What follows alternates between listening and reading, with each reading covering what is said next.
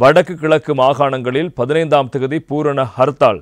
இராணுவ பிரசன்னத்துக்கு எதிர்ப்பு தெரிவிக்கும் வகையில் அணிதிரளுமாறு இலங்கை தமிழரசுக் கட்சியின் பொதுச் செயலாளர் சுமந்திரன் அழைப்பு என்பதாக பிரதான தலைப்புச் செய்தியாக வீரகேசரி பத்திரிகை அதனை தந்திருப்பதை நாங்கள் காணக்கூடியதாக இருக்கிறது. வடக்கு மற்றும் கிழக்கு மாகாணங்களில் இராணுவத்தினர் தொடர்ச்சியாக குடிகொண்டுள்ளதால் ஏற்படும் பாதிப்பை மிக வன்மையாக கண்டிக்கிறோம். எனவே இராணுவ பிரசன்னத்துக்கு பாரியதொரு எதிர்ப்பை வெளிப்படுத்தும் வகையில் எதிர்வரும் வெள்ளிக்கிழமை 15ஆம் தேதி வடக்கு மற்றும் கிழக்கு மாகாணங்கள் ஹர்த்தாலினால் முழுமையாக முடங்க வேண்டும்.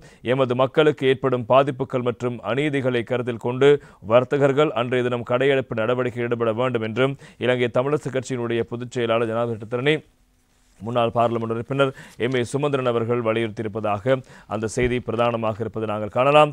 முத்தியன்கட்டு இளைஞன் கொலை வன்மையாக கண்டிக்கத்தக்கது. போலீசார் எவ்வித தலையீடுகளுமின்றி முறையான விசாரணைகளை மேற்கொள்ள வேண்டும்.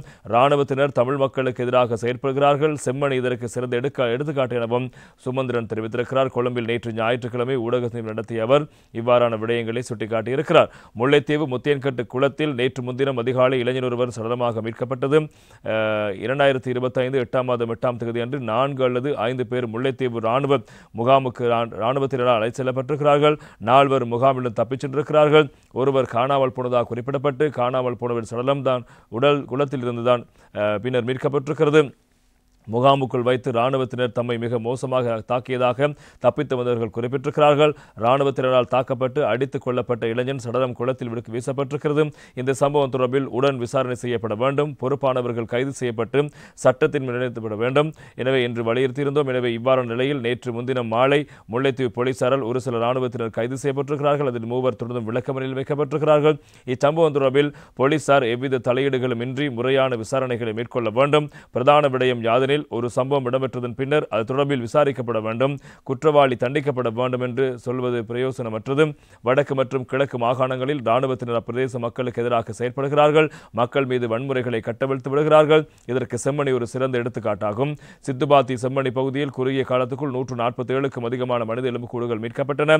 பல வருடங்களுக்கு முன்னர் இராணுவத்தினால் கொல்லப்பட்டவர் என்பதும் தற்போது தெரிய வருகிறது. இவ்வாறான பின்னணியில் வடக்கு மற்றும் கிழக்கு மாகாணங்களில் இராணுவத்தினர் தொடர்ச்சியாக குடிகொண்டிருப்பதால் ஏற்படும் பாதிப்பை வன்மையாக கண்டிக்கின்றோம். அதேவேளை இராணுவ பிரசன்னத்துக்கு பாரியதொரு எதிர்ப்பு தெரிவித்து எதிர்வரும் வெள்ளிக்கிழமை வடக்கு மற்றும் கிழக்கு மாகாணங்களில் முழுமையான ஹர்த்தாலில் ஈடுபடுமாறு சகல தரப்பிடம் கோருகிறோம். எமது மக்களுக்கு ஏற்படும் பாதிப்புகள் மற்றும் அநீதிகளை கருத்தில் கொண்டு வர்த்தகர்கள் தினம் கடையெடுப்பு நடவடிக்கையில் ஈடுபட வேண்டும் என்றும் வலியுறுத்துகின்றோம். சகல நடவடிக்கைகளையும் கைவிட்டு எதிர்வரும் 15ஆம் தேதி வடக்கு மற்றும் கிழக்கு மாகாணங்கள் முழுமையாக முடங்க வேண்டும். இதற்கு அனைவரது ஒத்துழைப்பும் கோருகிறோம் என ஏனைய அரசியல் கட்சிகள், சிவில் சமூக அமைப்புகள், மக்கள் அமைப்புகள், வர்த்தகர்கள் ஒன்றிணைய வேண்டும் என்றும் இலங்கை தமிழரசுக் கட்சி சார்பில் வலியுறுத்துவதாக எம்.ஏ. சுமந்திரன் அவர்கள் இந்த கோரிக்கையை முன்வைத்திருப்பதாக அந்த செய்தி தொடர்வதை நாங்கள் காணலாம். அடுத்த இன்றைய வீரகேசரி பத்திரிகையில் மற்றும் ஒரு தகவல். வடகிழக்கில் இராணுவத்தின் அதிகப்படியான பிரசன்னத்தை தடுக்க நடவடிக்கை எடுங்கள். இலங்கை தமிழரசுக் கட்சி ஜனாதிபதிக்கு கடிதம் என்பதும் இன்றைய வீரகேசரி பத்திரிகையின் செய்தி.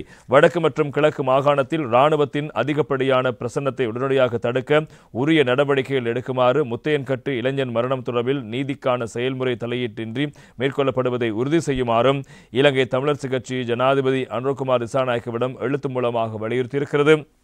இராணுவத்தினரால் அழைத்து செல்லப்பட்ட இளைஞன் மரணித்த சம்பவம் தொடர்பில் ஜனாதிபதிக்கு இலங்கை தமிழரசுக் கட்சியின் தலைவர் சி.வி.கே. சிவஞானம் மற்றும் ஏனைய உறுப்பினர்கள் இணைந்து அனுப்பியிருக்கின்ற அந்த கடிதத்தில் தான் இந்த விடயம் குறிப்பிடப்பட்டிருப்பதாக தெரிவிக்கப்படுகின்ற செய்திகளும் பிரதானமாக இருப்பதை நாங்கள் காணக்கூடியதாக இருக்கிறது. எனவே அது தொடர்பில் அந்த கடிதத்தில் முல்லைத்தீவு முத்தையன்கட்டு குளத்தில் நேற்று முன்தினம் காலை எதிரிசிங்கம் கபில்ராஜ் என்பவரின் உடல் மீட்கப்பட்டமை தொடர்பில் உங்கள் கவனத்துக்கு அறிவுறுத்துகிறோம் என்று தலைப்பிட்டு அந்த கடிதம் ஜனாதிபதிக்கு அனுப்பப்படுகின்றது. எனவே இந்த 2025 8ஆம் மாதம் 7ஆம் தேதியன்று இலங்கை இராணுவத்தின் 63வது பிரிவு முகாமுக்கு 5 ஆண்கள் இராணுவத்தினர் அழைத்து செல்லப்பட்டிருக்கிறார்கள். இவர்கள் இராணுவத்தால் கடுமையாக தாக்கப்பட்டுள்ளமை தற்போது தெரிய வந்திருக்கிறது. இவர்களில் கபில்ராஜ் என்பவர் காணாமல் போயுள்ளார். பின்னர் அவரது உடல் முத்தையன்கட்டு குளத்தில் இருந்து மீட்கப்பட்டது. இச்சம்பவம் தொடர்பில் சில இராணுவ வீரர்கள் கைது செய்யப்பட்டுள்ளதாக அறிய முடிகிறது.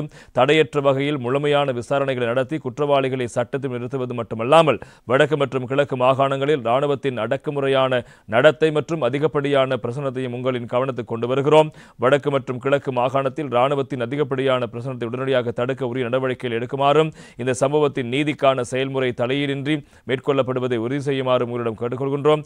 இன்று வரை தொடரும் இராணுவத்தின் கொடூர செயற்பாடுகளுக்கு எதிர்ப்பு தெரிவித்து வடக்கு மற்றும் கிழக்கு மாகாணம் முழுவதும் எதிர்வரும் 15ஆம் தேதி வெள்ளிக்கிழமை முழு ஹர்த்தால் ஈடுபடவும் அழைப்பு விடுத்திருக்கிறோம் என்பதாகவும் ஜனாதிபதிக்கு அவர்கள் அனுப்பியிருக்கின்ற கடிதத்தில் இந்த விடயம் குறிப்பிடப்பட்டிருப்பதான செய்திகளும் பிரதானமாக இருப்பதை காணலாம். இதேபோல இந்த முல்லைத்தீவு சம்பவம் தொடர்பாக இராணுவம் ஒரு அறிக்கை ஒன்றை வெளியிட்டிருக்கிறது. இன்றைய தினகரன் பத்திரிகை அந்த செய்திக்கு தலைப்பிடுகிறது.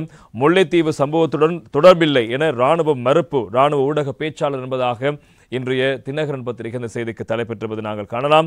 முல்லைத்தீவு முத்தையன்கட்டு குளத்தில் இருந்து சடலமாக மீட்கப்பட்ட இளைஞனின் மரணத்திற்கும் இராணுவத்தினருக்கும் எந்தவித தொடர்பும் இல்லை என இராணுவம் குறிப்பிட்டிருக்கின்றது. இச்சம்பவம் தொடர்பாக இராணுவ ஊடக பேச்சாளர் தெரிவிக்கையில், குறிப்பிட்ட சடலம் இராணுவ முகாமுக்கு வெளியே கண்டெடுக்கப்பட்டது.